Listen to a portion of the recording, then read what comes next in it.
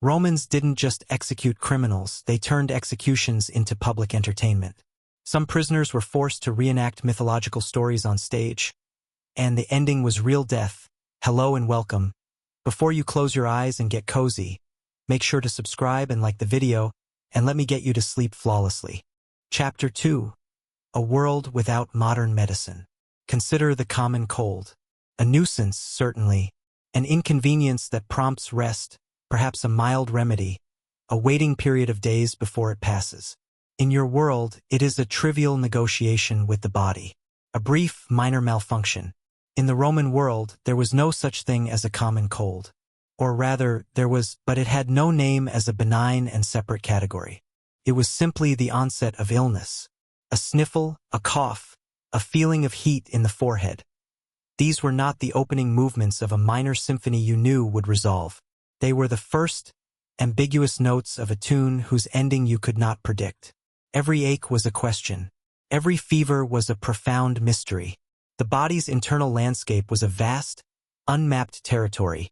Its symptoms like strange weather patterns blowing in from an unknown sea.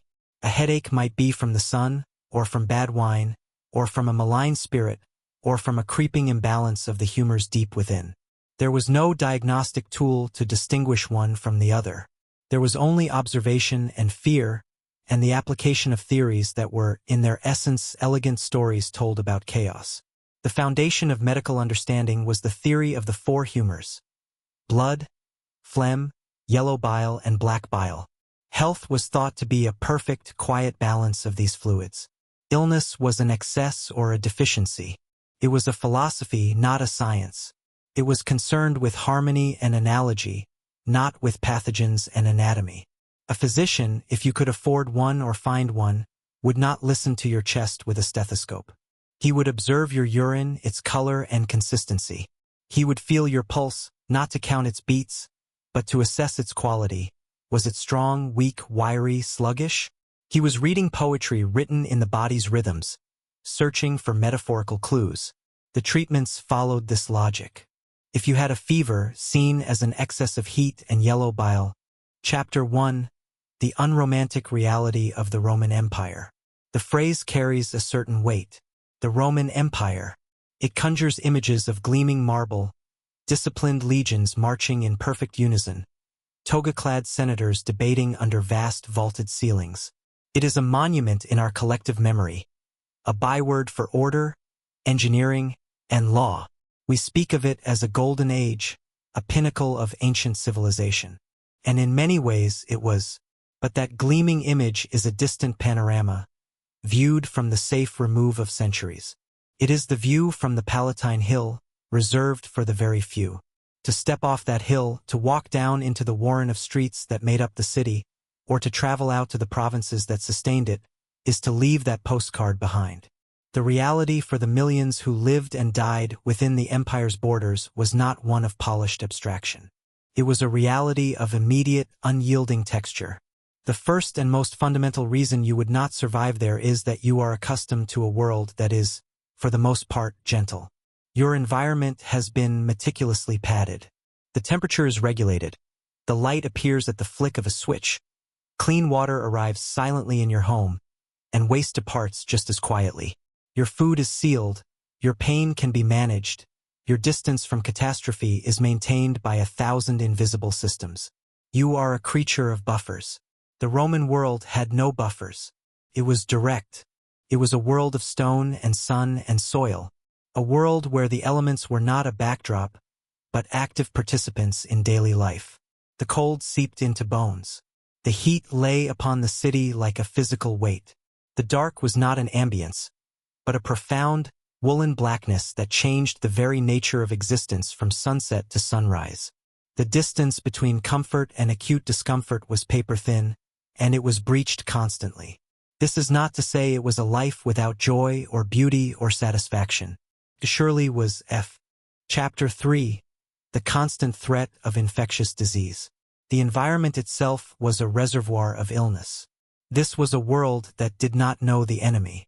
Germs, viruses, bacteria. These were invisible spirits, their existence undreamt of. People understood that disease could pass from one person to another, that certain places were unhealthy, especially in the heat of summer, but the mechanism was a mystery. It was a miasma, a bad air, a corruption of the atmosphere. You could not fight what you could not see. You could only try to avoid the places where the air itself had grown sick. And so, cities were perpetual incubators. Rome, with its million souls packed into a space a fraction the size of a modern metropolis, was a triumph of human density and a monument to public health peril. The crowds at the baths, the spectators packed shoulder to shoulder at the Circus Maximus, the tenement apartments where families lived in single rooms, all were vectors. A cough in a bread line, a fever in a crowded insula, could ripple outwards, becoming a wave with no visible source. There were no containment protocols, no isolation. Illness arrived like a season. Malaria was endemic, a recurring guest carried by the mosquitoes that bred in the stagnant pools near the Tiber. The Roman fever was a fact of life, a cyclical debility that would sweep through the population, laying low the young and the old with a brutal indifference. Tuberculosis was the consumption, a slow, wasting thief of breath. Dysentery and typhoid were constant shadows, carried in the very water and food that sustained life. When a major epidemic did arrive, it was a cosmological event. The Antonine Plague, the Plague of Cyprian, these were not just medical disasters but spiritual and social cataclysms. The mortality was so vast, so incomprehensible, that it could only be interpreted as a divine abandonment, a collective sin being punished by the gods. The fabric of society would strain. The systems of B. Chapter 4. When a simple fever could be fatal. Let us dwell on that fever for a moment. In your world, a fever is a symptom. It is a sign that the body is fighting, a physiological process you have been taught to monitor, to moderate with pills that lower the temperature, to support with fluids and rest. You have a thermometer. You have a number. You have a threshold of concern, 103, 104, at which you might seek help. The fever itself is not the primary enemy. It is a signal, often manageable, guiding you toward the true culprit. In the Roman world, the fever was not a signal. It was the event itself. It was the fire in the flesh, the internal summer that could not be quenched. There was no thermometer to objectify it, to give it a mild number. It was a subjective, terrifying experience of being consumed from within. The heat was a dry, relentless presence. The chills that followed were not just shivers, but seismic tremors of the spirit, feeling as if the very heat of life was being leached away into a cold, dark void. The treatments available were acts of profound confrontation, based on the logic of opposites. To fight a hot, dry fever, one introduced cold and moisture. A physician or a family member might apply cooling cloths, or drape the patient in wet sheets.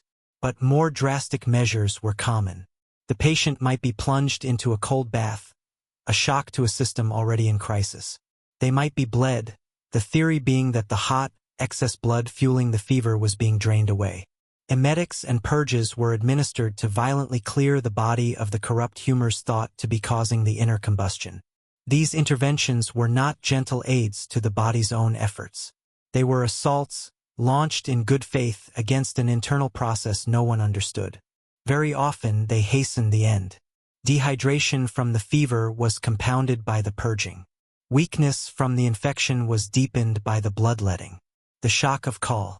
Chapter 5. Dental care. A brief and painful history.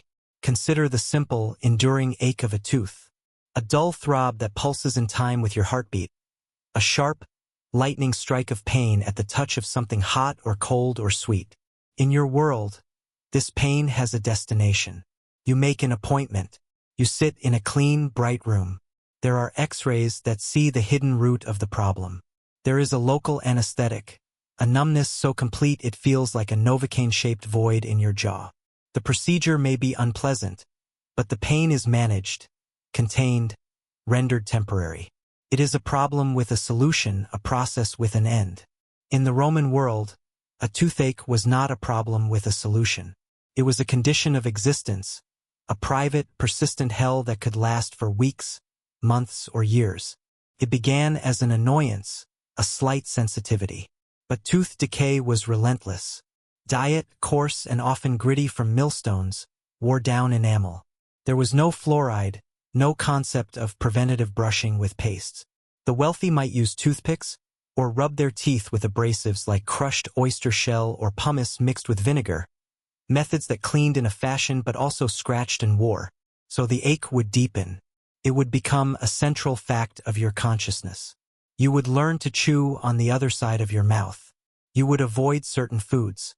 The pain would ebb and flow with infections in the root, abscesses building pressure in the jawbone, a slow, simmering poison with nowhere to go. Your face might swell. The pain could become so profound it seemed to fill your skull, a pounding, screaming focus that blotted out all other thought. And then your options. You could endure. Many did, their faces drawn into a permanent, slight wince, a life lived at a lower level of comfort. You could seek a remedy. There were countless, recorded in texts by figures like Celsus. You might be told to hold warm vinegar in your mouth, to pack the cavity wit. Chapter 6. The Problem of Pain Relief. Pain in your world is an anomaly. It is an alarm, signaling a problem to be fixed, and once signaled, the alarm can be quieted. It is a managed quantity. You have a pharmacy of options, a graduated scale of intervention. A mild ache finds an over-the-counter tablet.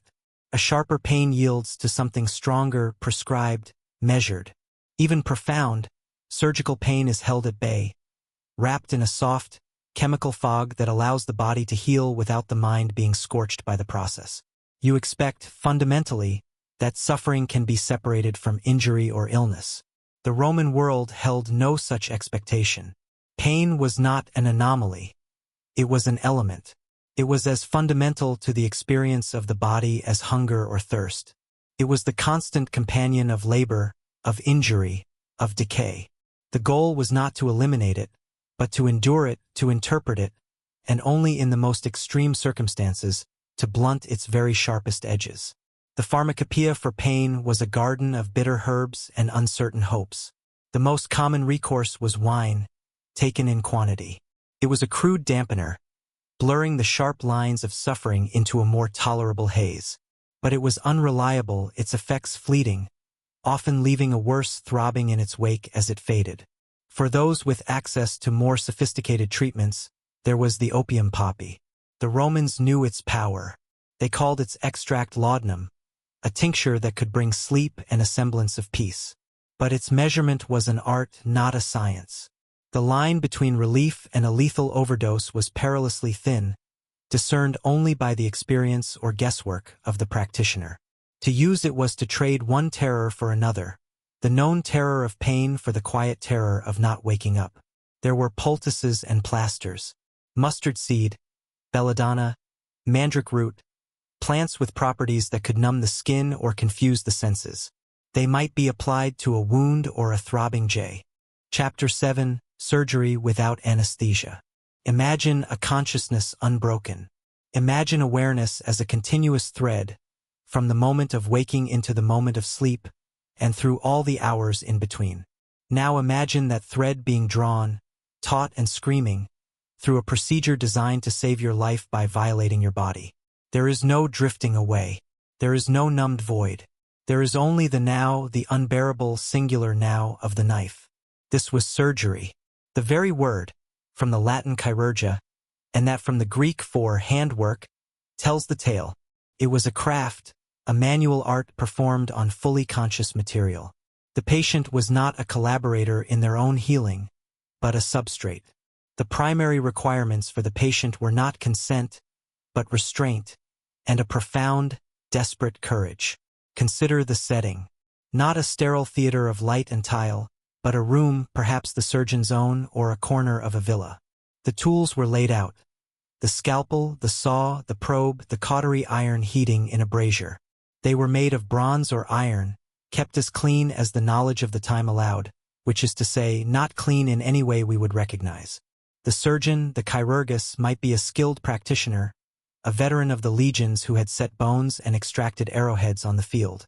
His knowledge was empirical, born of grim repetition. He knew anatomy from the dissection of animals, and from the chance to examine the wounded and the dead. But his speed was his only true anesthesia. The ideal was swiftness, a brutal economy of motion.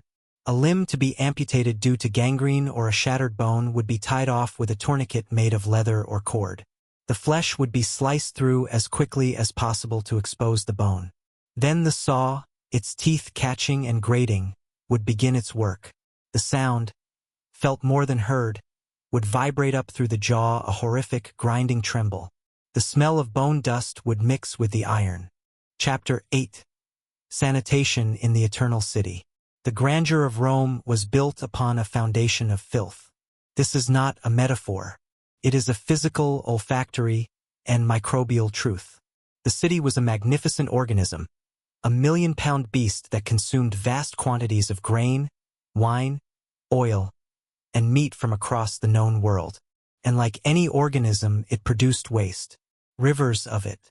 The engineering marvel of the aqueducts, bringing fresh water cascading into the city, was matched in scale only by the silent, relentless, downstream problem of what became of that water once it had been used. You are accustomed to a world of separation. Clean and dirty are distinct kingdoms. The water from your tap is a different substance entirely from the water that swirls down your drain. They inhabit separate, sealed universes of pipe. This concept of segregation, this fundamental principle of modern public health, was alien to the Roman mind. Their system was one of convergence, of managed confluence. The famous Cloaca Maxima, the Great Sewer, began its life as an open drainage canal for the swampy Forum Valley. It was covered, enlarged, glorified. It became a symbol of Roman practicality, a hidden artery beneath the city's marble skin. But its function was not to sanitize in our sense. It was to move, to relocate, to take the problem from the center of the city and deposit it elsewhere, specifically into the Tiber. The sewer was a conduit, not a treatment plant. It carried a sluggish soup of human excrement from the public latrines, runoff from the streets, the blood and offal from slaughterhouses, the wastewater from the public baths. All of it mingled in the brick-lined darkness before vomiting its contents into the river, just downstream of the city. And the Tiber was not a dead end. It was the source of much of the city's lesser water. Powered mills. Its banks were places of work and transit. And in its slower, warmer stretches, it bred the mosquitoes that carried malaria. Chapter 9. The Truth About Roman Baths. The baths present an image of civilized order. The grand vaulted halls of the Thermae, the sequence of rooms, the cold frigidarium, the warm tepidarium, the hot caldarium, the social ritual of cleaning, conversation, and leisure. It seems, from a distance, a pinnacle of public hygiene, a daily collective repudiation of grime. It was an institution of profound social importance, a cornerstone of Roman life. But the truth of the bathing experience was far more complex, and far less sanitary, than the marble statuary would suggest. First, one must abandon the modern concept of bathing with soap and fresh, running water. Soap, as you know it, did not exist. Cleansing was achieved by a process of anointment and scraping. You would begin by coating your skin in olive oil, often scented with simple herbs. Then, in the heated rooms, you would sweat. The heat and steam would open the pores.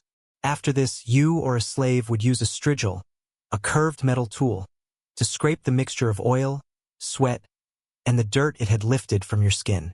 The resulting slurry of personal grime would be wiped or flicked away. It was a form of cleaning by adhesion and removal, not by dissolution and rinse. And this is where the communal reality asserts itself. The baths were not filled with constantly refreshed, clean water. The pools were vast, public reservoirs. The water in the great heated plunge pools was changed infrequently, perhaps only a few times a month. Throughout the day, bathers moved from the sweating rooms into these shared waters. They carried with them the oil, the sweat, the skin cells, the residues of the city streets that the strigil had missed. The water grew cloudy, warm, and rich with a patina of human effluvia. It was a literal tepid soup of the citizenry. There was no chlorine, no filtration. The heating systems, brilliant feats of engineering that circulated hot air under the floors, also created a warm, moist environment. Chapter 10. What flowed through the streets. Beneath the feet, between the cart wheels, in the runnels carved into the stone, the city had its own circulatory system. It was not blood that flowed, but the city's slow, constant metabolism. The streets were not just pathways. They were the open veins of a living entity, carrying away, or merely redistributing, the evidence of a million lives being lived in relentless proximity. After a rain, the situation declared itself most plainly. What had been dust and dried matter became a viscous stream. The water did not clean. It liquefied. It gathered the leavings of stables, the ash piles from taverns, the fish scales from market stalls, the vegetable trimmings, the broken pottery, and the omnipresent animal dung into a single, flowing slurry. This concoction would make its way downhill, seeking the drainage channels, but in its passage it would coat the lower steps of buildings, seep into the ground floors of shops, and leave a tittle-line of debris when it finally receded. The smell after a rain was not one of petrichor, of clean earth, but of a deep, damp stirring of the city's underbelly. In drier times, the traffic performed a constant grinding. Cart wheels and thousands of sandaled feet acted as millstones, pulverizing the organic refuse into a fine, pervasive powder. This dust was inescapable. It coated the produce in the market. It settled on your bread if you ate outdoors.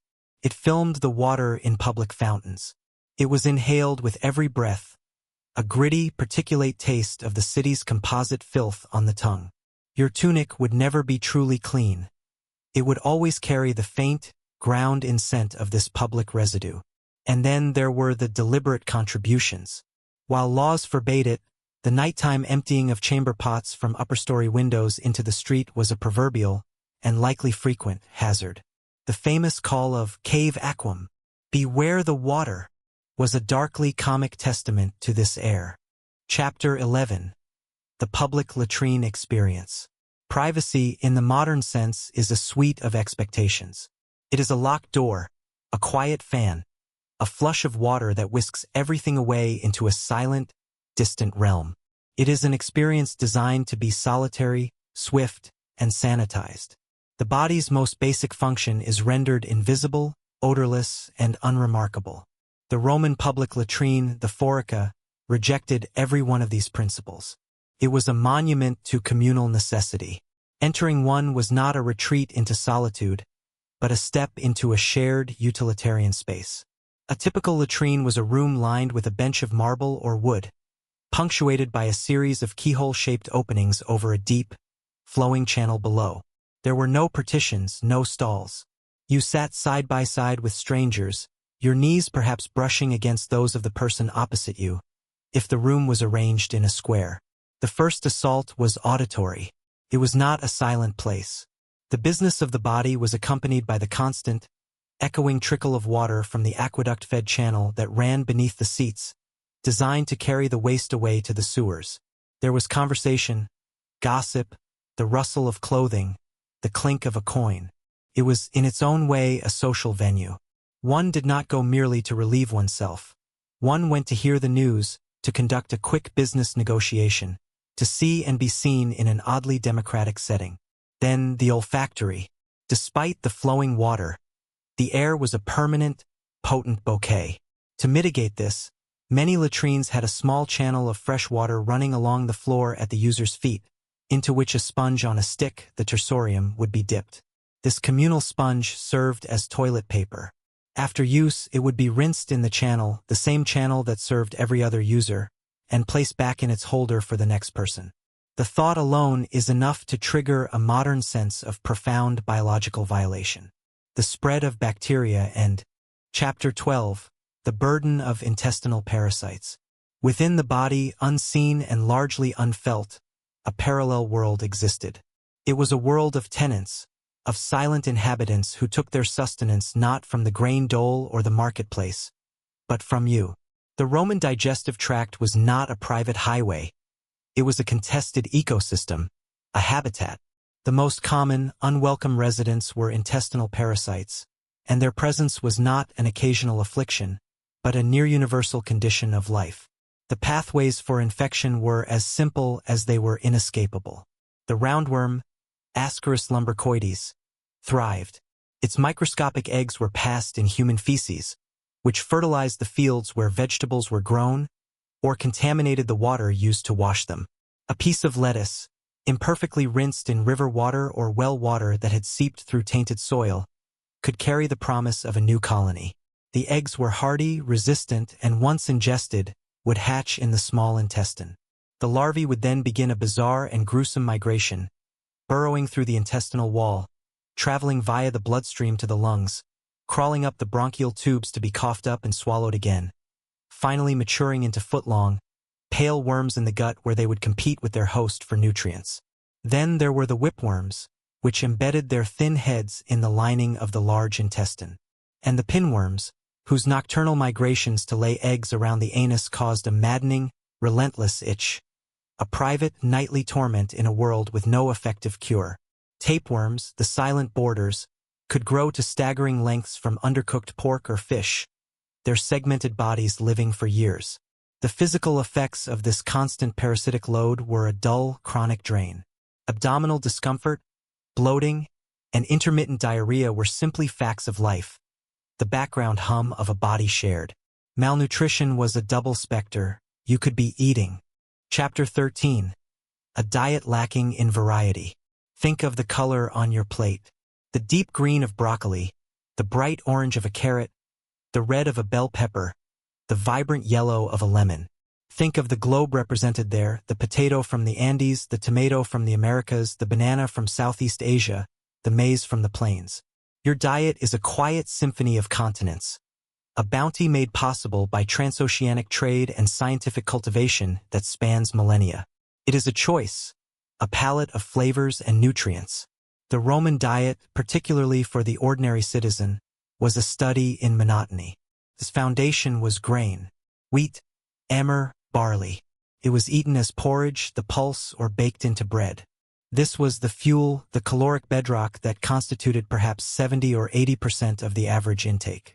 It was coarse, often gritty from millstones, and could be adulterated with cheaper fillers like chaff or even sand to add weight. Your teeth would wear down from it. The primary seasoning was garum, a fermented fish sauce, the universal condiment that stood in for salt and savor across the empire. Vegetables were limited to what could be grown locally and in season: cabbages, onions, leeks, lentils, beans, and the ubiquitous olive. Fruit meant figs, dates, grapes, and the occasional apple or pear. Meat was a rarity for the poor, a luxury of festivals or very special occasions. For the urban masses, protein might come from occasional cheese, eggs, or dried, salted fish. The concept of a balanced meal in the modern nutritional sense did not exist. You ate what was available, what was cheap, and what would keep the gnawing hunger at bay. This monotony was not just boring. It was nutritionally precarious. Vitamin deficiencies were endemic but invisible. Scurvy from a lack of vitamin C could appear in late winter when fresh produce was gone, bringing with it weakness, spongy gums, and slow-healing wounds. Night blindness from vitamin A deficiency was lick. Chapter 15. The scarcity of clean water. Water, to you, is a neutral substance. It is a clear, tasteless, odorless baseline. It flows from a tap with a guarantee of safety, a product of filtration, chemical treatment, and constant testing. You drink it without thought, use it to wash your food, brush your teeth. It is the silent, safe solvent of daily life. In the Roman world, water was never neutral. It was always a potential carrier. The engineering marvel of the aqueducts was a solution to the problem of quantity, not quality. They brought water from distant, cleaner sources into the heart of the city, channeling it through lead or stone pipes to public fountains, baths, and the homes of the wealthy. But the water did not arrive sterilized. It ran in open channels for miles, exposed to dust, animals, and the general contamination of the atmosphere. By the time it splashed into a fountain basin, it had been on a long, open journey. For the majority in the city, the public fountain was the source. You would go with your amphora, wait in line, and fill it from the constant flow. This water was for cooking, for cleaning, for diluting wine. To drink it straight, aqua pura, was an act of necessity, not preference, and it was a risk. Even this relatively clean supply was vulnerable at the point of use. The basin itself could be contaminated. The vessel you carried it home in might not be perfectly clean. The time between collection and use allowed things to grow. For those not on the aqueduct line, in poorer districts or in the countryside, the sources were wells, springs, or rivers. A well could be fouled by a nearby latrine or midden, its water becoming a concentrated cocktail of pathogens. River water was the great recycling system of the ancient world. It was water for drinking, for washing, for sewage, for industry, all in the same flowing body. Upstream, a town might be dumping its waste. Downstream, another was drawing its supply. The Roman genius for move-in. Chapter 14. The risk of food poisoning. In your world, food poisoning is an accident. It is a lapse in an otherwise reliable system of refrigeration, pasteurization, and regulation. It is a restaurant to be avoided, a batch to be recalled, an unfortunate event with a known cause and a predictable, if unpleasant, resolution. You trust, fundamentally, that what you put in your mouth will not actively harm you. In the Roman world, eating was an act of faith, and faith was regularly tested. The risk of illness was not an accident. It was an embedded feature of the food chain, a constant gamble with every meal. The mechanisms of spoilage were understood only in their effects, not in their microscopic causes. There was no use by date, only the evidence of the senses: sight, smell, taste. But by the time a food smelled putrid, the pathogens were often already flourishing. Preservation was a crude and imperfect art. The primary methods were salting, drying, smoking, and pickling in vinegar or brine. Meat and fish, if not consumed fresh on the day of slaughter or catch, would be heavily salted. This produced a durable, leathery substance that had to be soaked and cooked to be palatable. But even so, improper curing could leave pockets of decay. There was no refrigeration. A cut of meat in a Roman market on a hot afternoon was a biological clock ticking loudly. Flies swarmed openly. The shopper's skill lay in judging the color, the firmness, the odor, a daily, high-stakes assessment. But the greater danger was often invisible. The garum, the beloved fish sauce, was itself a product of controlled rot, fish guts and small fish left to ferment in the sun for months. While the salt and fermentation likely killed some pathogens, the process was not standardized. A bad batch could harbor toxins. Water used to dilute wine or in cooking was always suspect. Milk, consumed fresh, could carry tuberculosis or other bacteria from the animal. Even the famed Roman banquets of the Chapter 16, Life Expectancy. A statistical overview. The concept of an average is a mathematical ghost. It tells a story that was true for almost no one. The average life expectancy in the Roman Empire is often cited as being between 25 and 30 years. This number is not a death sentence, not a statement that people withered and died at 30. It is a brutal arithmetic, pulled down by the profound, sobering weight of infant and child mortality. To understand survival, you must look not at the average, but at the curve. If you could survive childhood, your chances shifted dramatically. A person who made it to age 10 had a reasonable prospect of seeing 40, 50, or even 60. The elderly senator, the grizzled veteran, the matriarch of a large family. These were not rare exceptions. They were the survivors of a ruthless early life filter. But that filter defined the emotional and social landscape. Death was not a visitor that came only in old age. It was a frequent guest in the home, especially in the domus where new life arrived. A woman faced childbirth not as a joyful passage, but as a perilous crossing, a mortality risk that accompanied every delivery. For the child, the first year was the most dangerous. Perhaps a quarter of all babies born did not see their first birthday.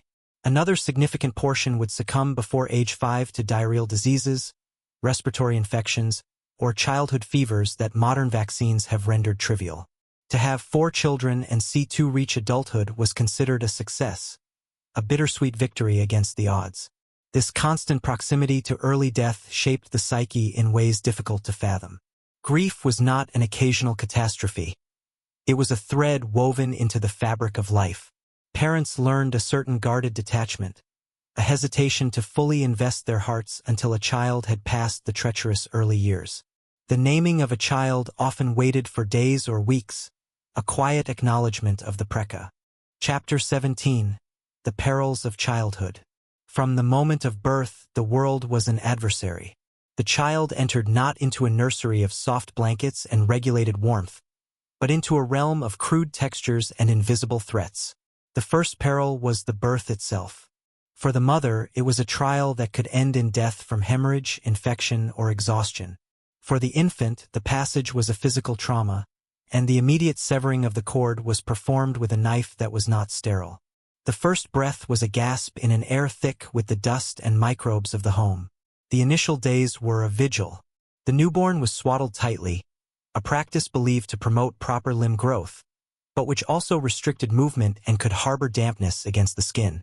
Breastfeeding was the sole source of nourishment and crucial immunity, but if the mother's milk failed or she died, the options were dire: a wet nurse, if the family could afford one, or attempts to feed the child with animal milk or pap, a thin porridge from a rag, methods fraught with risk of malnutrition and infection.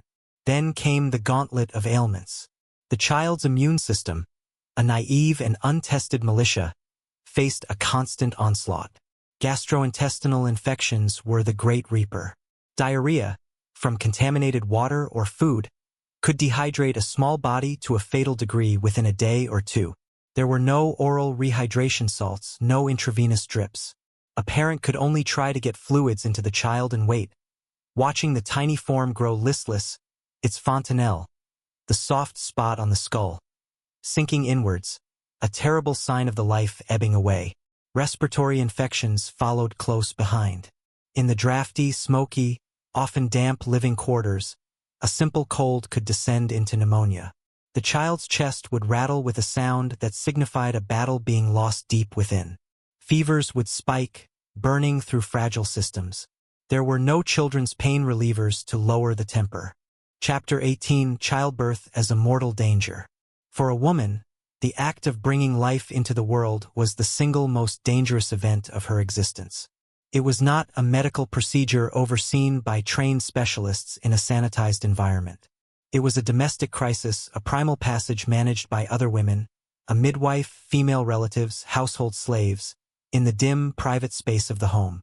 It was a borderland between life and death, and every woman who entered it knew she might not return. The midwife, the obstetrix, was the central figure.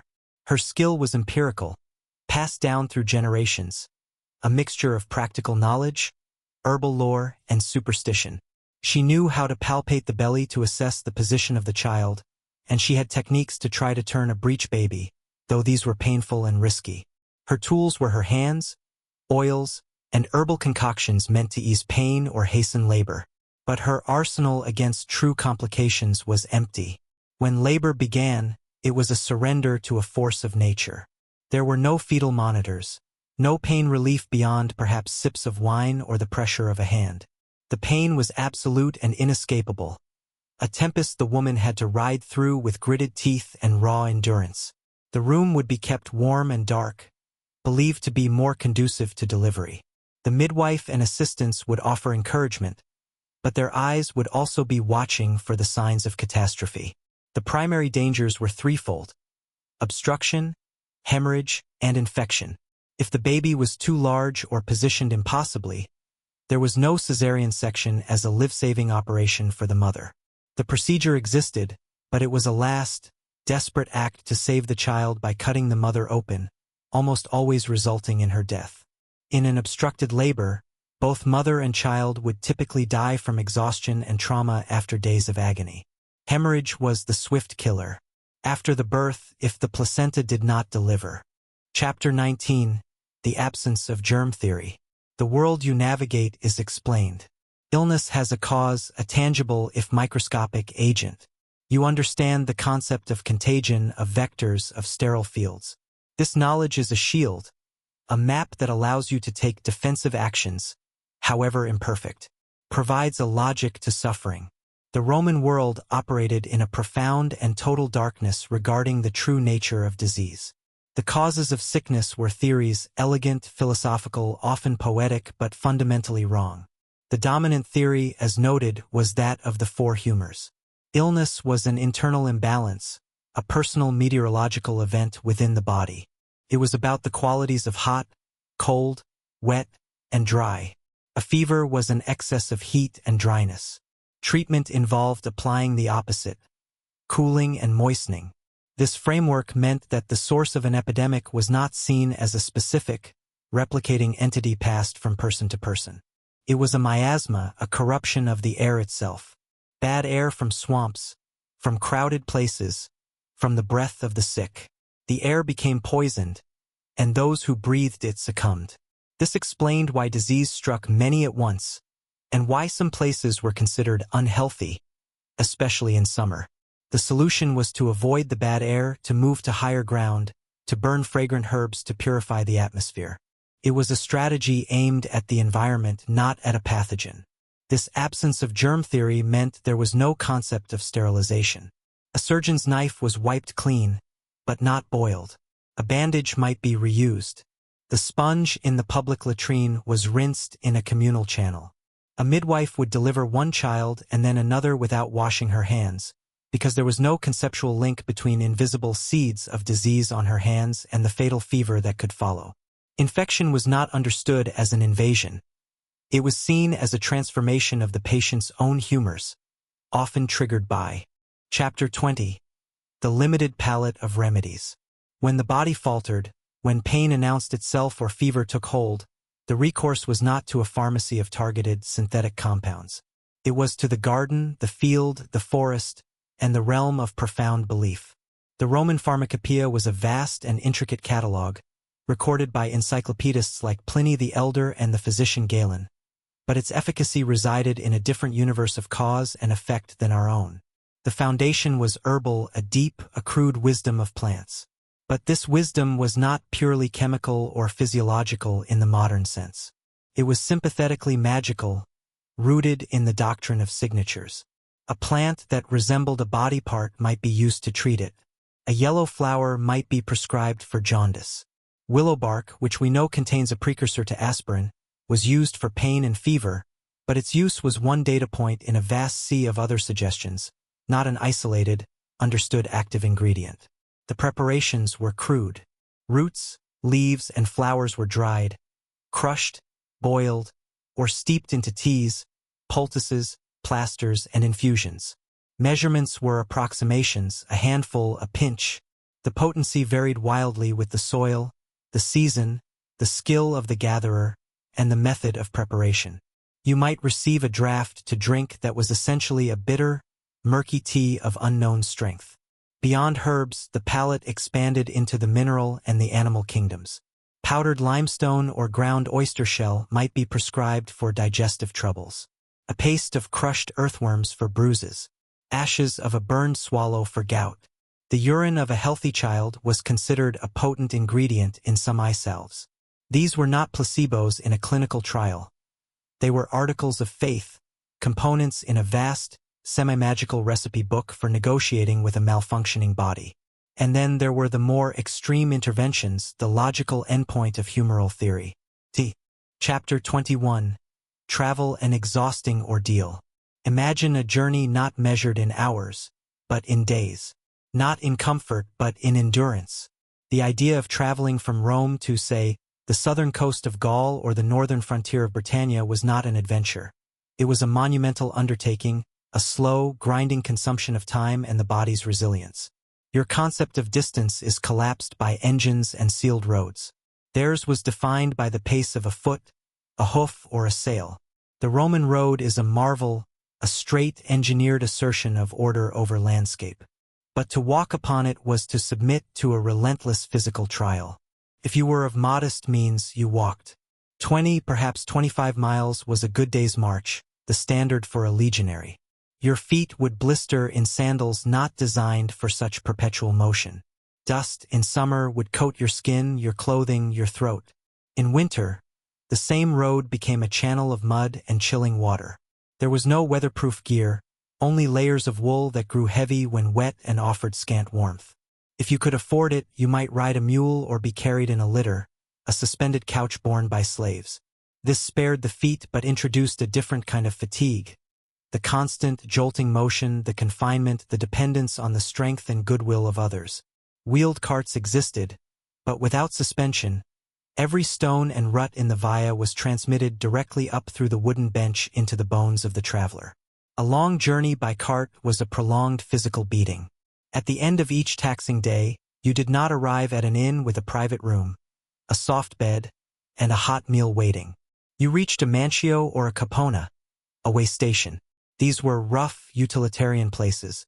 Sleeping arrangements were often communal, in a loft or on pallets in a common room.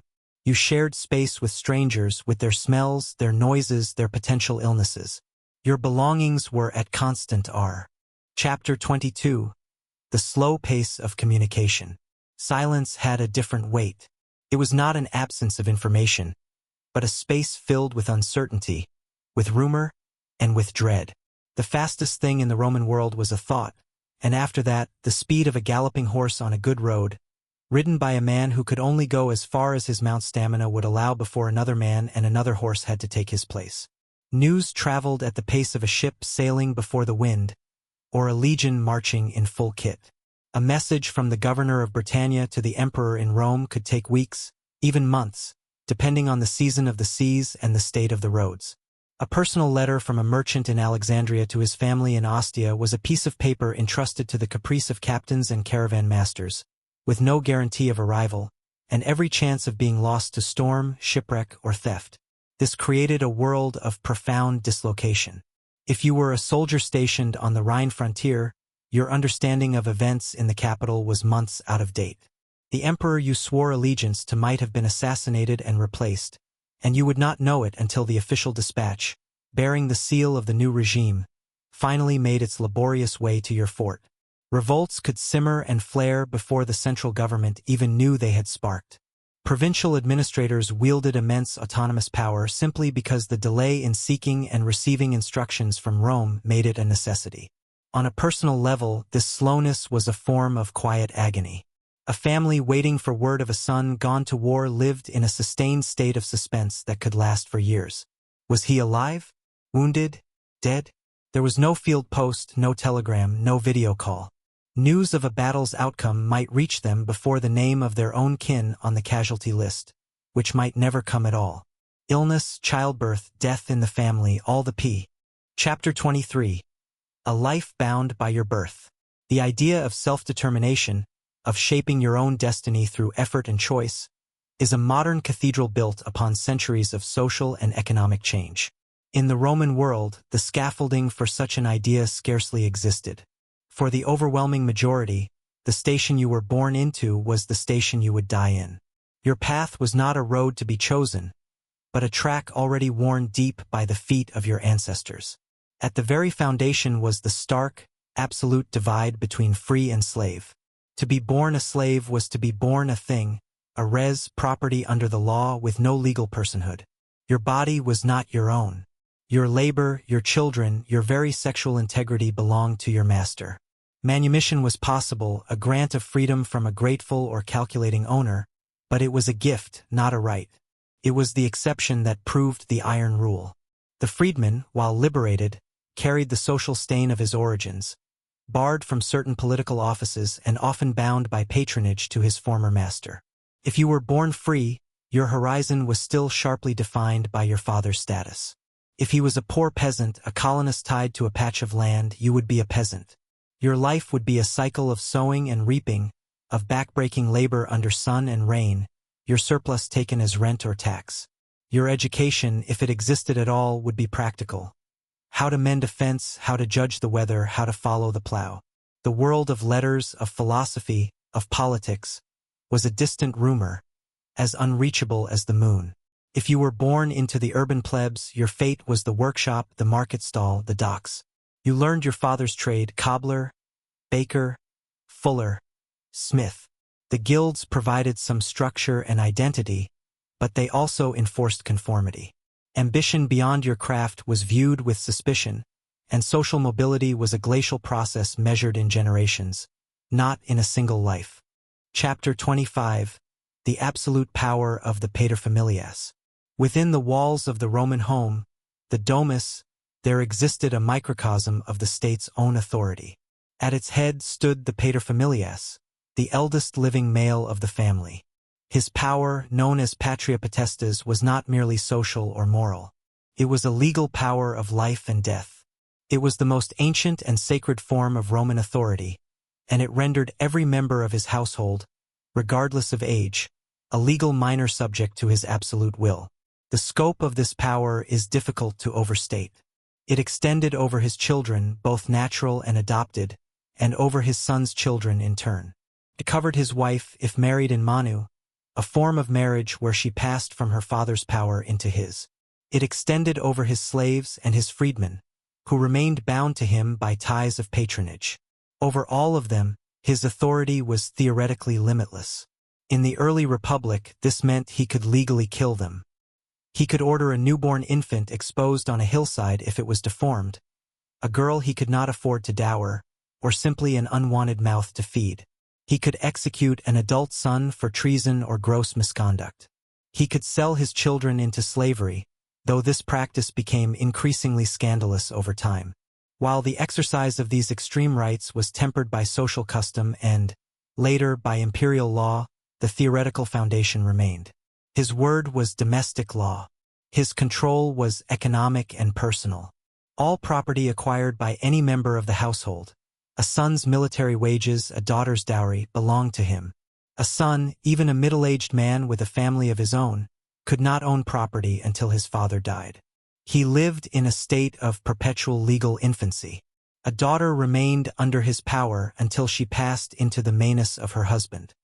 He arranged their marriages for political or economic advantage, with their consent a polite fiction. This created a psychological landscape. Chapter 24. The Reality of Slavery. It is the silent engine of the world you have been hearing about. Not an aberration, but the foundation. To envision the Roman Empire without slavery is to imagine a city without bricks. It permeated every layer of society, from the grandest villa to the most modest farm. It was not a peripheral evil. It was the central, brutal fact of economic life, and to be enslaved was to exist in a state of living death. First, one must discard any notion of a monolithic experience. There was a hierarchy even in damnation. At the top were the highly educated Greek slaves, the pedagogi who taught the children of the elite, the skilled accountants, the physicians, the secretaries. They might live in relative comfort, even have a slave of their own, but their body and will were still another's property. Their comfort was a threadbare blanket, revocable in an instant by a master's whim. Below them were the urban domestics, cooks, valets, maids, messengers, litter-bearers. They lived in the household, subject to its intimate surveillance and its private tyrannies. Their lives were a performance of subservience, a constant calculation of moods and tempers. Punishment was not a matter for the courts, but a domestic discipline that could range from a beating to crucifixion for a serious offense like theft or flight. Then came the vast, anonymous mass of labor slaves, the chain gangs in the mines of Spain, who worked in literal darkness until their lungs gave out from dust or their bodies from exhaustion, their lives measured in months. The agricultural workers on the vast latifundia, toiling under the sun and the whip, housed in barracks, their existence reduced to a single grinding function: production. These were not people with stories. They were units of labor, depreciating assets to be worked until they were used up and replaced. The law was clear and absolute. A slave was a res, a thing. They could not legally marry, though they. Chapter 26. Justice without a jury. The law was not a blindfolded goddess holding balanced scales. It was an extension of social power, a public performance of hierarchy, and its administration was often swift, personal, and brutal. There was no concept of a jury of your peers as an impartial arbiter of fact. Your fate rested in the hands of a single man, a magistrate, a provincial governor, or the emperor himself. For the vast majority of legal disputes, especially for the lower classes, justice was local and summary. If you were robbed in a market, you might raise a hue and cry, and if the culprit was caught red-handed by the crowd or by minor officials like the vigiles, punishment could be immediate: a beating, confiscation of goods.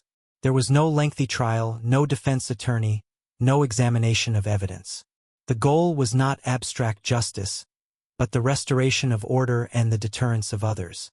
For more serious matters, you would come before a magistrate. In Rome, this might be a praetor or the urban prefect.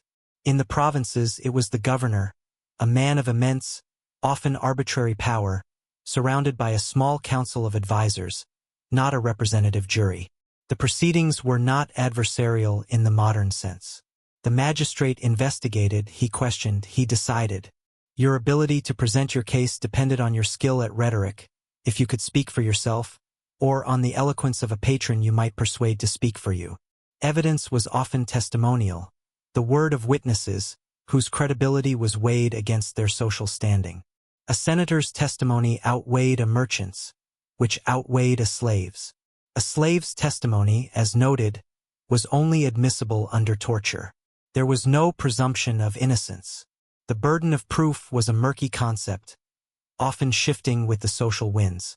If you were accused, you were in a position of having to disprove the accusation, a difficult task in a system with no formal rules of evidence. Chapter 27: Punishments, Public and Severe. Pain was not a private affair. Suffering was not hidden away in prison cells or sterile execution chambers. It was a civic spectacle, a form of brutal public rhetoric. The purpose of punishment was threefold: to purge the community of a threat, to deter others through horrific example, and to reaffirm the absolute power of the state and the social order. It was pedagogy written on the body in blood. For citizens of high status, the ultimate penalty was often exile, loss of home, property, and status. This was a social death, considered a fate worse than physical death for a Roman aristocrat. But for the vast majority, the poor, the foreign, the slave, the body itself was the canvas. Flogging was commonplace, a preliminary or final act of degradation. The victim would be stripped, tied to a post, and beaten with rods or whips, often until the flesh was ribbons. Branding, with letters marking the crime, like F for fugitivus on a runaway slave, was a permanent, walking advertisement of shame. Then came the more theatrical penalties. Condemnation to the beasts, damnatio ad bestias, was a crowd favorite at the games. The condemned, often unarmed and defenseless, would be exposed in the arena to starved lions, bears, or other exotic predators. It was a symbolic reversal. The civilized human consumed by the raw, savage nature their crimes were deemed to embody. Crucifixion was reserved for the most serious crimes: banditry, slave revolts, and treason. It was a process of public torment designed to maximize agony and humiliation. The condemned would be scourged first, weakening them, then forced to carry the crossbeam to the site of execution outside the city walls. Nailed or tied to the wood, they would hang for hours or days, struggling for each breath as their body weight suffocated them, exposed to the elements and the mockery of passers-by. The point was not a quick death, but a slow, visible descent into hellhole. Chapter 28: The ever-present threat of fire. Rome was a city of tinder. Its heart was a dense forest of wooden tenements, the insulae, that rose 4, 5, even 6 stories high. Their frames were timber. Floors and partitions were wood. Roofs were often thatch or wooden shingles. Within these warrens, the sole source of heat, light, and cooking for most families was an open hearth or a brazier, a clay pot full of glowing charcoal, a single overturned lamp, a cooking pot left unattended, a spark escaping from a blacksmith's forge, could become an apocalypse in minutes. The fear of fire was not a vague anxiety. It was a primal, civic terror. The Great Fire of 64 AD under Nero was a trauma etched into the city's memory, but it was merely the most famous of countless conflagrations. Fire spread with a dreadful speed and logic. The narrow, winding streets acted as perfect wind tunnels, whipping flames from one insula to the next. The upper stories, dried by sun and wind, would ignite first, creating a crown of fire that rained burning embers down on the roofs below. There was no way to fight it from above. The city's defense against this threat was the vigiles, a corps of night watchmen and firefighters established by Augustus. They were part-time soldiers, often freedmen, stationed in barracks around the city.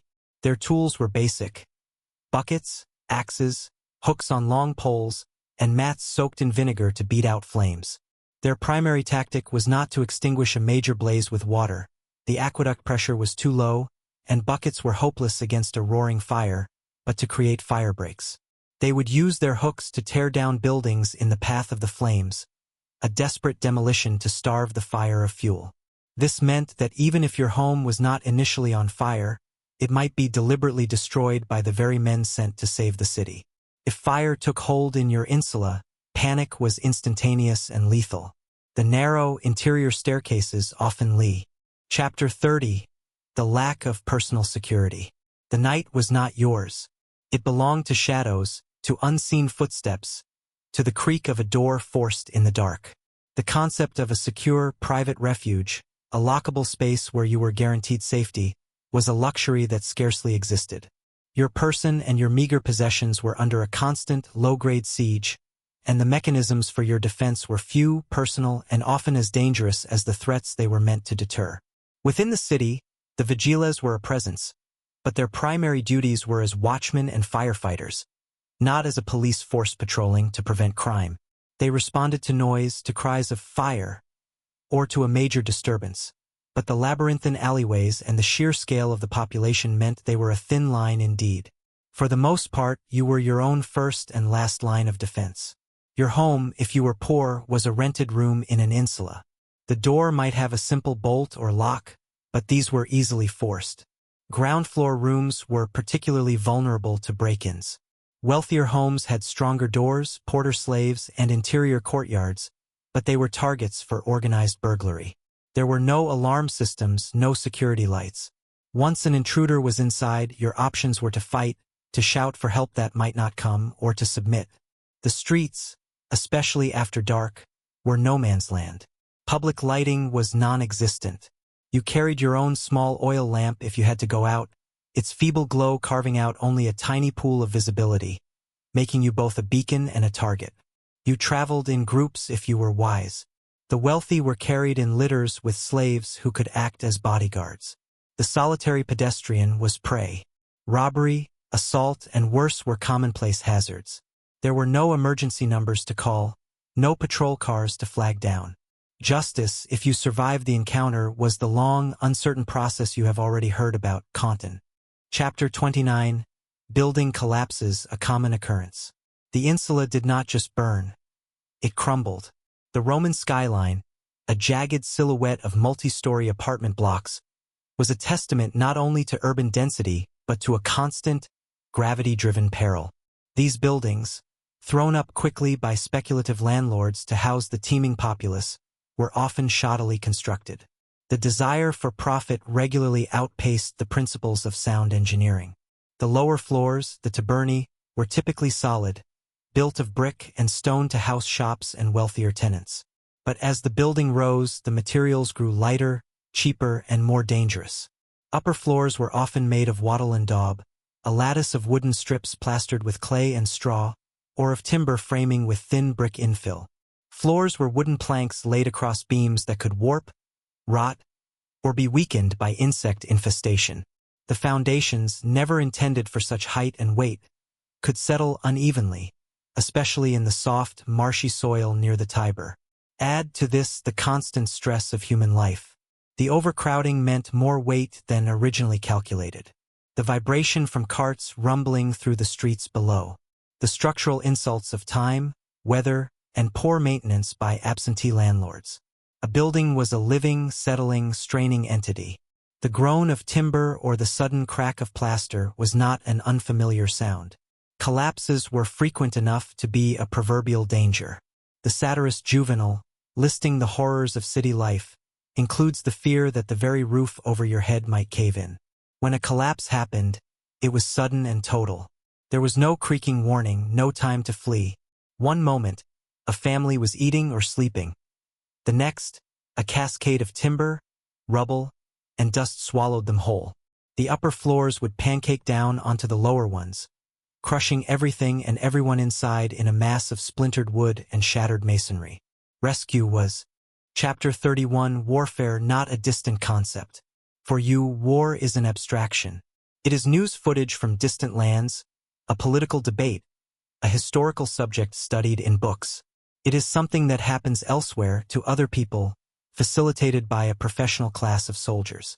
Your daily life proceeds untouched by its direct, physical reality. In the Roman world, war was a season. It was a regular, expected function of the state, as fundamental as the collection of taxes or the maintenance of roads. The Pax Romana, the Roman peace, was not an absence of war, but the state of having pacified all immediate enemies through prior warfare and the constant threat of its return. The frontier, the limes, was not a line on a map, but a living, breathing zone of military occupation, where conflict simmered just below the surface of trade and treaties. For the inhabitants of the empire, especially those in frontier provinces, the army was an omnipresent fact. You saw the legions on the march, a sight of both awe and dread, thousands of men in iron and leather, the dust cloud announcing them for miles. They requisitioned your grain, your animals, your carts. They commandeered billets in your town. Their presence was a burden and a protection, a double-edged sword. And the threat of violence breaking through was ever present. A barbarian raid across the Rhine or Danube was not an invasion of the empire. It was a local catastrophe.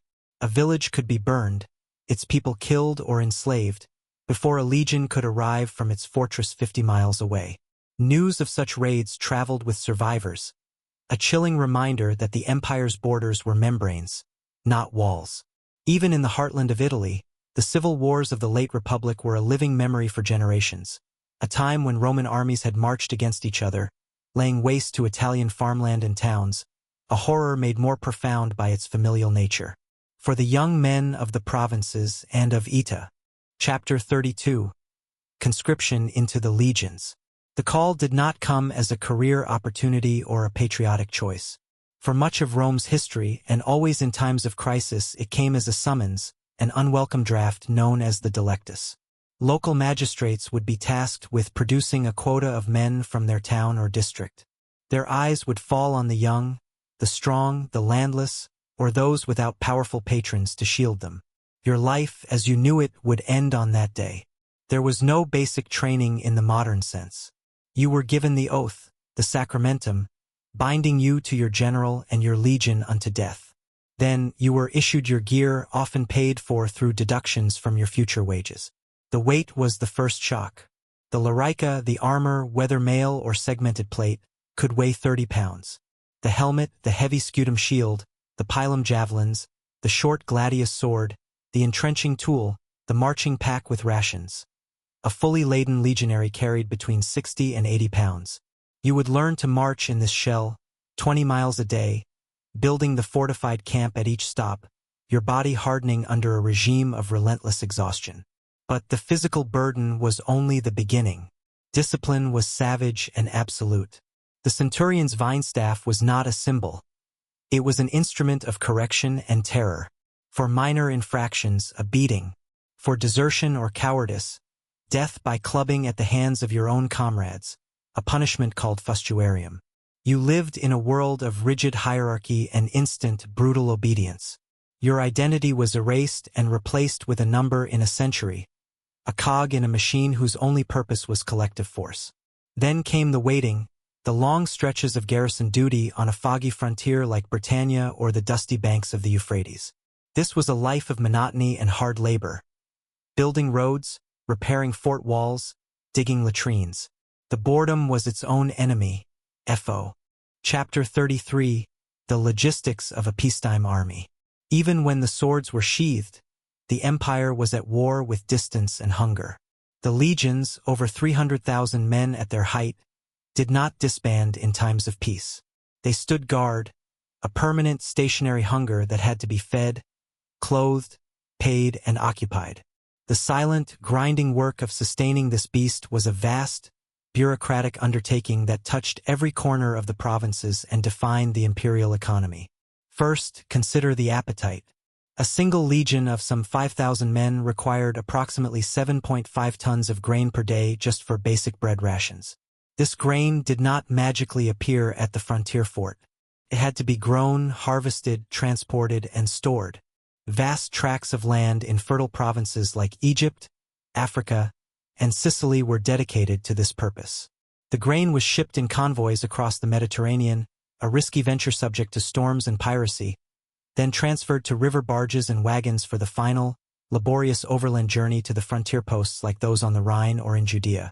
The cost and complexity were staggering. Beyond grain, there was meat, salted, smoked, vegetables, wine, and vinegar. There were horses and pack animals to feed.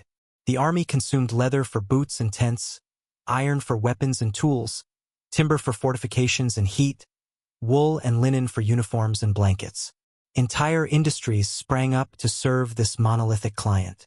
Mines were worked by slaves to produce the metal. Potteries produced the ubiquitous amphorae for transport. Roads were built and maintained not for civilians, but to move legions and their supplies with speed. This created a constant extractive pressure on the provinces. Taxes were not just collected in coin, but in kind, in bushels of grain, in bolts of cloth, in days of labor.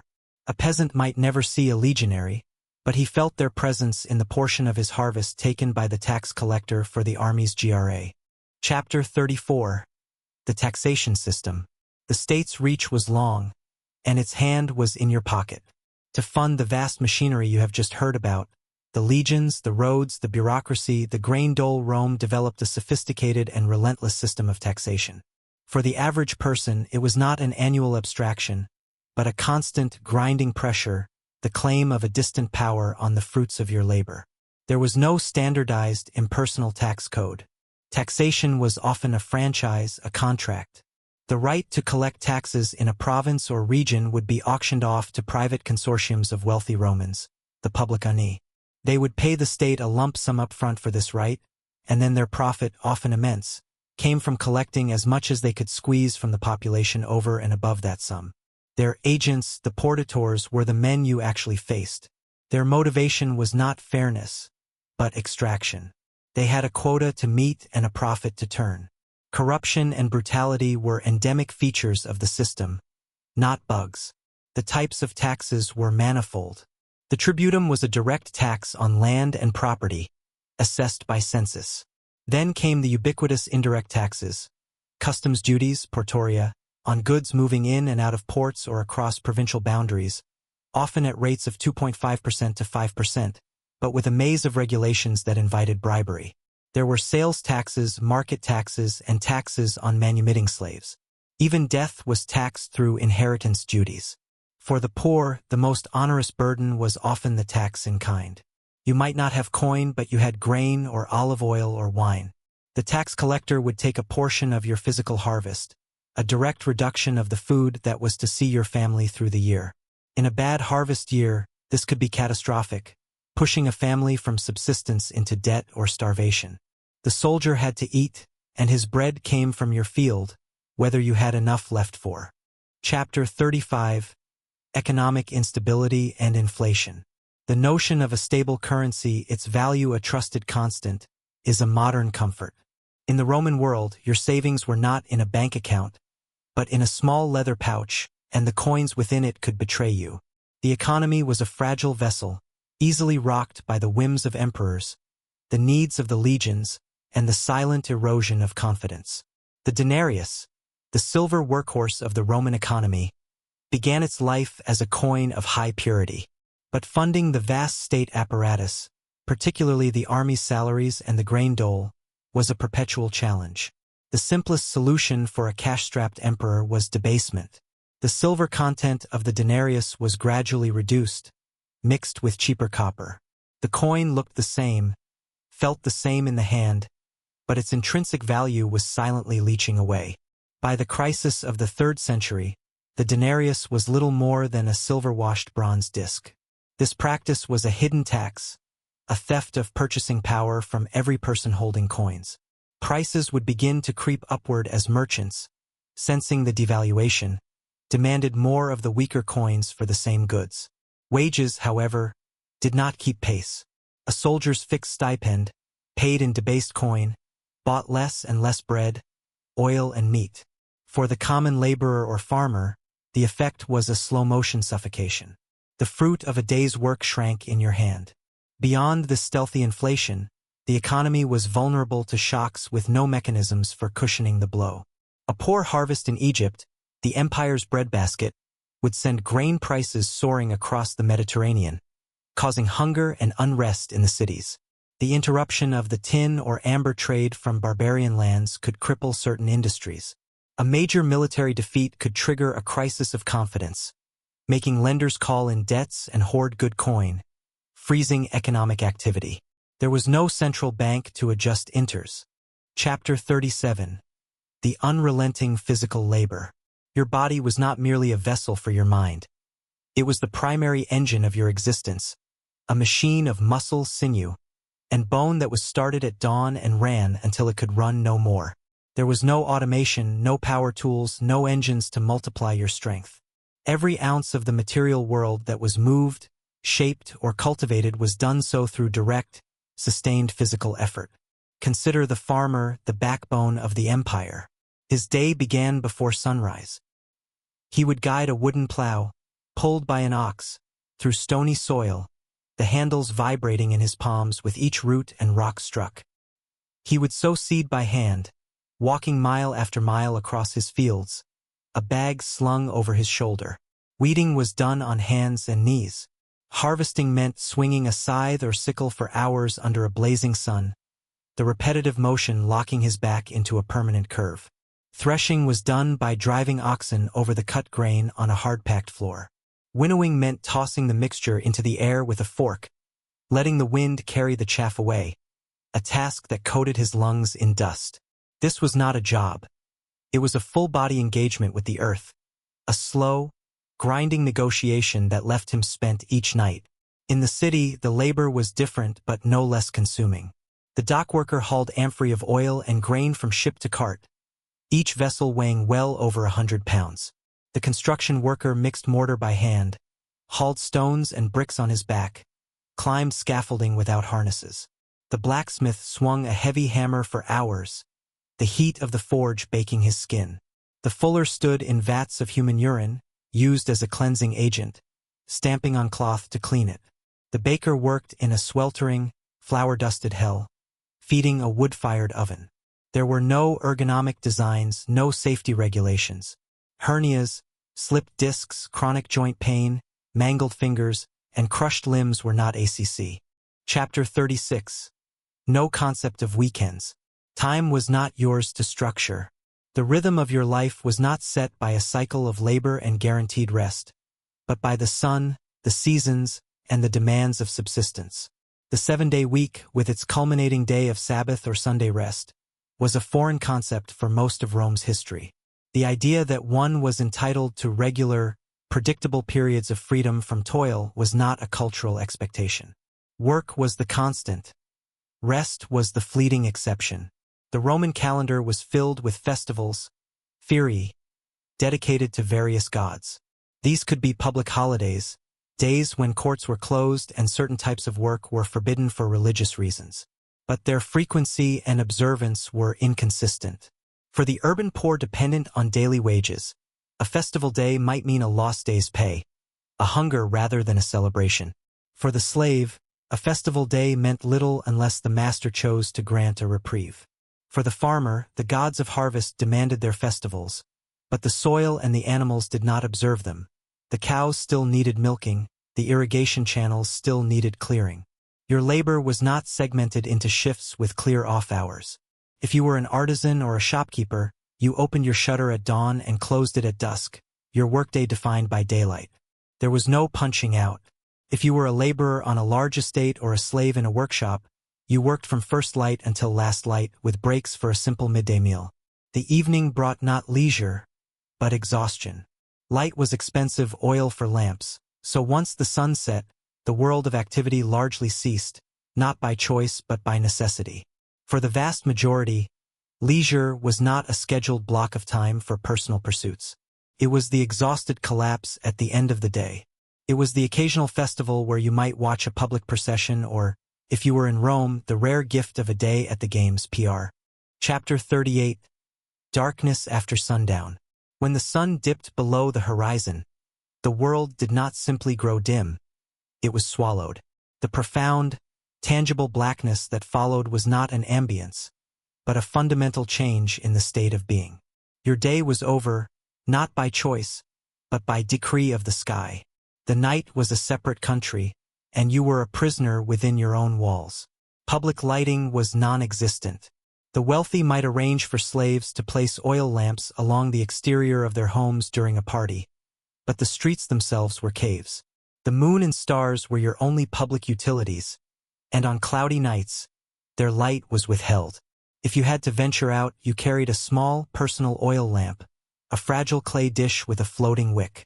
Its light was meager, a flickering pool that extended just a few feet ahead, making the darkness beyond seem even more absolute. It was less for seeing and more for being seen, to avoid collisions and to signal that you were not a phantom. Walking at night was an act of faith and memory, your feet knowing the ruts and stones of the familiar path more than your eyes could see them. This imposed curfew shaped society. Social life was compressed into daylight hours. Business was conducted in the sun. The famous Roman dinner party, the cena, was a protracted event precisely because there was nowhere else to go afterwards. You lingered at the table because the alternative was the black void outside. For the poor in their cramped insular rooms, the end of daylight meant the end of all activity except sleep, conversation in near darkness, or the risks of intimacy. The darkness was not just an inconvenience. It was an accomplice to every fear. It hid the thief, the cutthroat, the spectral presence from the underworld. The howl of a dog or the creak of a settling beam took on monstrous significance. The mind, deprived of visual stimulus, populated the void with imagined dangers. Superstitions about Night A. Chapter 39. Heating a home in winter. Cold was not a temporary discomfort. It was a season-long siege. From late autumn through early spring, a damp, penetrating chill settled into the stones of the city and the timbers of the countryside. The Mediterranean winter, while not Arctic, was raw and wet. Without modern insulation, building materials themselves became conduits for the cold. A stone floor could leach the warmth from your feet. The plaster walls held a perpetual dampness. Drafts whistled through ill-fitting shutters and under doors. The sole source of heat for the vast majority was the hearth or the brazier. In a peasant's hut or a ground floor taberna, this might be a simple, open fire pit in the center of the room, its smoke escaping as best it could through a hole in the roof. In better homes, it was a metal brazier, a bronze or iron dish on legs, filled with glowing charcoal. This was the sun around which domestic life orbited in winter. But its reach was pitifully small. The heat radiated outwards in a steep gradient. To be within 3 feet of the brazier was to be warm. 6 feet away you could feel the chill creeping back. Families huddled close, their bodies a shared source of warmth. Sleeping arrangements shifted. You would bed down as near to the embers as safety allowed, often with others for shared body heat. The periphery of the room, the sleeping pallet against the far wall, the storage areas, remained frigid zones of perpetual winter. The brazier was also a silent killer. Charcoal burns cleanly, but in an enclosed, poorly ventilated space, it produces carbon monoxide.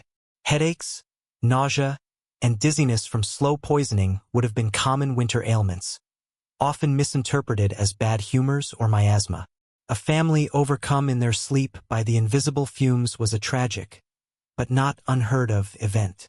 Fuel was a constant concern and expense. Wood was the primary source, but deforestation around major cities like Rome made it dear. Ch. Chapter 40. Cooling a home in summer. If winter was a siege, summer was an occupation. The heat did not merely arrive. It settled in, thick and palpable, a weight upon the city. The sun beat upon tile roofs and stone pavements, storing the energy by day and releasing it slowly through the night. There was no respite, only a shift from dry, baking heat to a close, airless warmth after sunset. Your home was not a refuge from this. It was a thermal trap. Architecture offered the primary and often only defense. The wealthy designed their villas with this in mind. Thick stone walls to provide thermal mass, interior courtyards with pools and gardens to cool the air through evaporation, shaded porticos, and strategically placed windows to catch any vagrant breeze. They might have summer dining rooms facing north. But for the masses crammed into the insulae, such considerations were non-existent. Upper floor rooms directly under the sun-baked roof became ovens. The narrow, Canyon-like streets blocked breezes and reflected heat. The air inside would be still, heavy, and stale. There were no fans, electric or otherwise. You might have a slave wave a large fan of peacock feathers, moving the hot air from one place to another. You could wet cloths and hang them in doorways, hoping for evaporative cooling as a draft passed through. But a draft was a rare blessing. Mostly, you sought shade and stillness. Activity slowed to a crawl during the hottest part of the day, the meridiatio, a time for rest not by custom, but by physiological necessity. To labor under the midday sun was to risk heatstroke, a condition with no effective cure. Water was the other relief, but it was a public, not a private, commodity. You might go to the baths not to get clean, but to submerge yourself in the cool waters of the frigidarium. Children would splash in the public fountains. But you could not bring this coolness home. Your apartment held the heat like a clay pot. The nights brought lit. Chapter 41. The Itch of Woolen Tunics. Comfort, as you understand it, was an unattainable luxury. It began with the clothes on your back. For the vast majority of Romans, the foundational garment was the tunic, a simple rectangle of cloth with holes for the head and arms, often belted at the waist. For men and women, slave and free, this was the universal base layer. And for nearly everyone, it was made of wool. Roman wool was not the soft, merino knit you might imagine. It was often coarse, scratchy, and minimally processed. It came from sheep bred for hardiness, not for the fineness of their fleece. After shearing, the wool was carded and spun, but the resulting thread was thick and uneven. The weaving produced a sturdy, durable fabric, excellent for protection and longevity, but punishing against the skin. Wearing a wool tunic directly against the body was an exercise in perpetual low-grade irritation. It chafed at the neck, under the arms, across the shoulders. In the heat, it became a damp, prickly blanket. In the cold, unless layered heavily, its scratchiness was a constant companion to the chill. There was no soft cotton undershirt, no breathable synthetic blend. Linen existed, a smoother, cooler fabric from flax, but it was more expensive, less durable, and often reserved for the tunics of the wealthier or for summer, whereby those who could afford a seasonal change. The tunic was also a social marker. Its length, its color, the natural off-whites, browns, and undyed shades for the poor, costly dyes like Tyrian purple or saffron yellow for the elite, and its cleanliness spoke volumes. For the laborer, the tunic was quickly stained with sweat, dirt, grime, and the residues of his trade, olive oil, charcoal, mortar dust.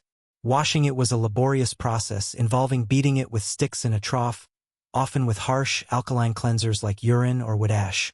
It would shrink, become felted, and grow even more coarse with each cleaning. A truly clean. Chapter 42. Footwear practical, not comfortable. The ground beneath your feet was a kingdom of hazards. Sharp stones, animal waste, splintered wood, spilled refuse, and in the countryside, mud, thorns, and uneven terrain. Your primary defense against this was the calceus or the solia, footwear designed for one purpose above all: separation. Comfort was a fortunate accident, not a design goal. The most common outdoor footwear was the calceus, a leather shoe that enclosed the foot. It was constructed from a single piece of stiff, untanned leather, shaped and sewn. There was no left or right shoe. Both were identical, and they molded slowly and painfully to the shape of your feet through prolonged wear. The sole was thick leather, offering some protection from punctures and the heat of sun-baked stone, but it provided no cushioning. Every step transmitted the full, unforgiving texture of the road directly up through your heel and arch. There was no shock absorption, no arch support. Long marches or a day on your feet in the city meant a deep, throbbing ache in the bones of your feet and a stiffness in the knees and back. For indoor wear or quick trips, there was the solia, a simple sandal. It was a leather or cork sole held to the foot by thongs that passed between the toes and around the ankle. It was cooler and lighter than the calceus, but it left the top of the foot exposed to dust, sun, and whatever might be kicked up from the street. The thongs, especially when new or wet, could chafe and blister the skin between the toes and around the ankle bone. Maintenance was a constant concern. Leather, when wet, would stretch and then shrink as it dried, becoming misshapen and stiff. It needed regular oiling to prevent cracking. The soles wore through, especially for those who walked great distances, and needed repair or replacement, an expense for the poor. In winter, footwear offered little insulation. Your feet were either cold in thin leather or damp and cold. Chapter 43. The Odor of Daily Life. Cleanliness, as you pursue it, is a war against odor, fought with soaps, deodorants, and constant laundering. In the Roman world, that war was largely conceded. You did not live in a world of smells. You lived within a rich, complex, and inescapable olfactory tapestry. Some elements were pleasant: the scent of baking bread, of roasting meat from a tavern, of incense in a temple, of fresh herbs in a garden. But these were threads in a much broader, darker fabric. The primary scent was humanity, concentrated and unmediated. The smell of unwashed bodies, of wool tunics sour with old sweat, of breath untouched by dentistry, was the baseline. In crowded spaces, the forum, the baths, the amphitheater, this created a dense animal atmosphere. It was not considered offensive in the way it is now. It was simply the scent of people. Layered upon this was the smell of the city itself. The acrid tang of urine from alleyways and public latrines, the sweet rot smell of garbage and food waste composting in the streets, the pungent odor of the tanneries, which used urine and dung in the process, located downstream, the smoke from countless cooking fires and blacksmith forges mixing with the dust. Near the Tiber, the scent of stagnant water and mud. In the markets, the smell of fish, of blood from the butcher's stalls, of overripe fruit, and the omnipresent salty funk of garum, the fermented fish sauce that seasoned almost everything. Even attempts at fragrance were potent and unsubtle. Perfumes and scented oils, used by the wealthy to mask body odor, were heavy with myrrh, saffron, rose, or cinnamon. They did not blend delicately with the natural scent. They clashed with it, creating a new, powerful compound aroma that announced the wearer's status from paces away. Your nose, accustomed to a sanitized and deodorized environment, would have been assaulted. But for the Roman, these smells were not an assault. They were information. Yes. Chapter 44. The Noise of a Pre-Industrial City. Silence was a commodity rarer than gold. The city did not hum. It clamored. It was a symphony of raw, unmuffled sound, an acoustic environment without soft surfaces to absorb it. Stone walls, paved streets, and tile roofs reflected and amplified every noise, creating a constant, jarring din. The day began before dawn with the rumble of wooden cart wheels on stone, bringing produce to market. This was not the smooth rubber-on-asphalt sound you know, but a clattering, bone-shaking racket as iron-rimmed wheels struck cracks and cobbles. The shouts of cart drivers and porters added to the chorus. Then came the hammering from 100 workshops. The blacksmith's rhythmic clang, the carpenter's pounding, the fuller's stomping in his vats. Each trade had its own percussive signature, all bleeding together into a general metallic and wooden roar. Human voices cut through this foundation. Hawkers cried their wares with practiced, piercing calls. Street vendors argued with customers. Teachers drilled students in open-air schools, the lessons echoing down alleys. Barking dogs were everywhere, packs of semi-feral scavengers that roamed the streets. The squawk of chickens and the bray of a mule added unpredictable, sharp notes. And then there were the crowds. The forum was a perpetual roar of conversation, legal argument, and political harangue. The public baths echoed with shouts, splashes, and the slap of ball games. The circus and amphitheater, when in session, generated a wall of sound from tens of thousands of voices that could be heard across the city. An oceanic roar of approval or disapproval. There was no escape. Your insula apartment had thin walls. You heard your neighbors arguing, their children crying, their lovemaking. The street noise poured in through unglazed windows, shutters doing little to block the sound, only the view. There were no noise ordinances, no concept of acoustic privacy. Your home was not. Chapter 45. Superstition as a Way of Life. The world was not governed by physics and probability, but by will. The will of the gods, yes, but also the will of countless lesser spirits, omens, and the malignant force of chance, Fortuna, who could turn her wheel at any moment. To navigate this world, you did not rely on data, you relied on signs. Superstition was not a collection of silly beliefs. It was the operating system, a vital framework for interpreting a capricious and dangerous universe. Every action of consequence was preceded by a search for divine approval. Before a journey, a marriage, a business venture, or a meeting of the Senate, you would consult the omens. This was the science of auspicia, reading the will of the gods through the flight of birds, their species, number, direction, and calls. A priest, an augur, would watch the sky from a sacred precinct. The left side was generally favorable, the right side ominous. A single eagle flying from the left? Excellent. A flock of crows from the right? Cancel your plans. But official augury was for the state. For the individual, the signs were everywhere, and they were personal. A sneeze at a crucial moment required the ritual cry of, "Absent omen." Let the omen be absent. Spilling wine, stumbling on a threshold, hearing an owl at noon. All were messages to be decoded, potential cracks in your fortune through which ill will could seep. Dreams were not subconscious processing. They were visitations, prophecies, or warnings from the gods or the dead, to be carefully recounted and interpreted. The home was a fortress of protective rituals. The Laras, the guardian spirits of the household, and the Penates, gods of the storeroom, had their small shrine, the Lararium. Offerings of wine, grain, or incense were made to them daily. The threshold was sacred, protected by the god Janus. To enter a house with your left foot first was an insult to this guardian. The Strix, a vampiric owl-like creature that stole. Chapter 46. The omens and portents of daily existence. The morning did not simply arrive. It announced itself through a filter of signs. You did not just wake up.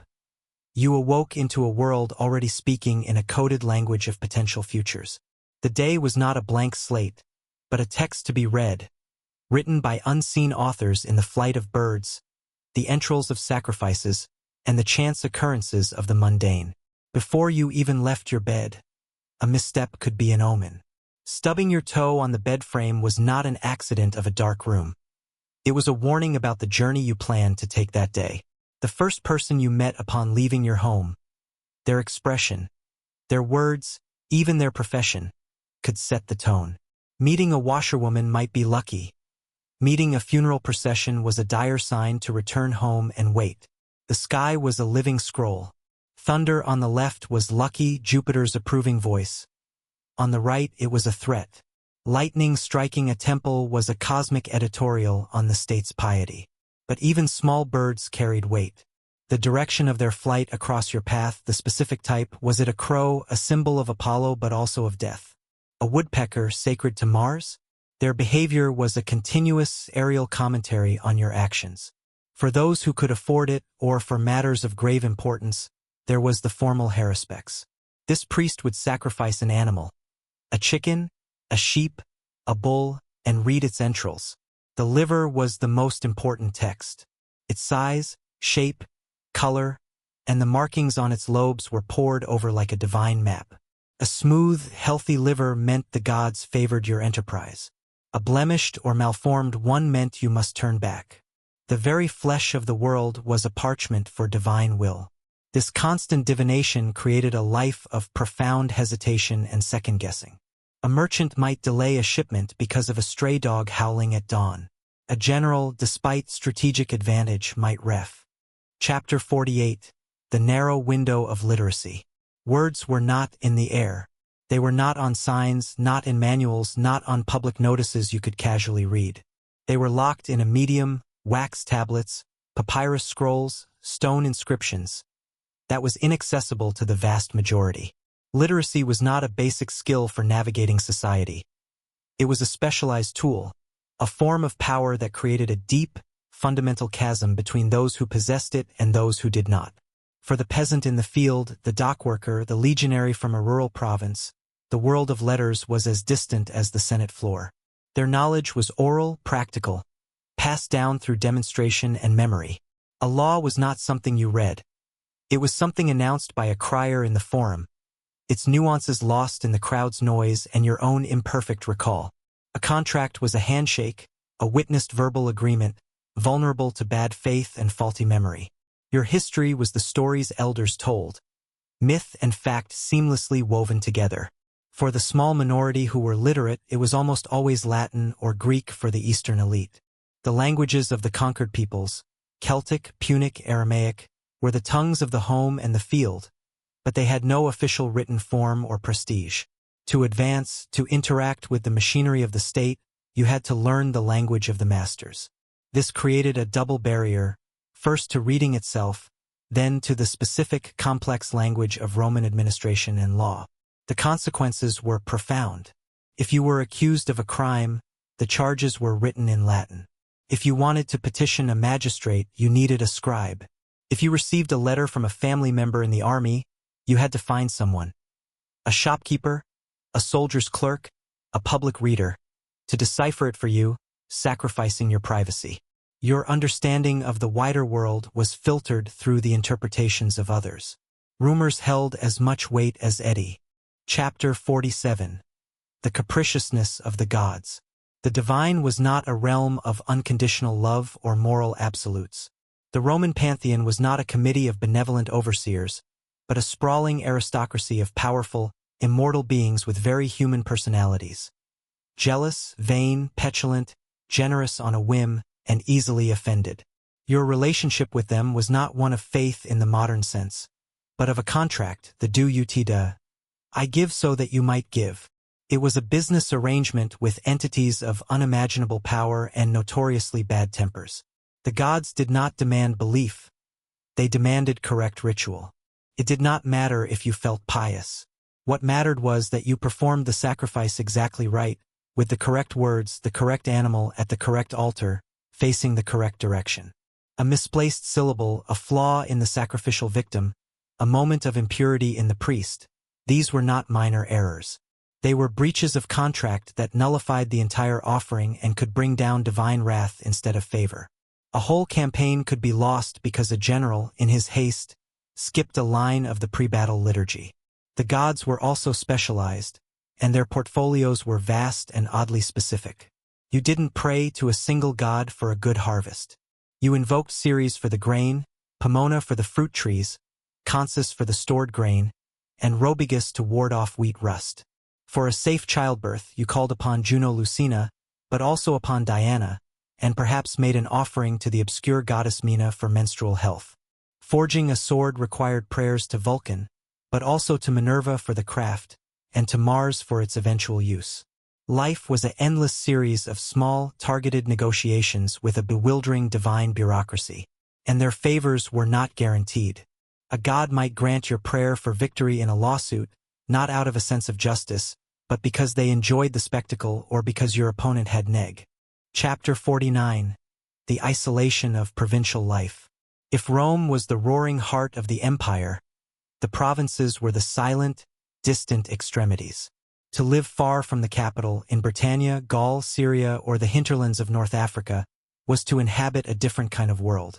The grandeur of marble forums and bustling imperial business faded into a quieter, more localized, and often more precarious existence. First was the sheer weight of distance. News from Rome was old news, arriving weeks or months late, distorted by the journey.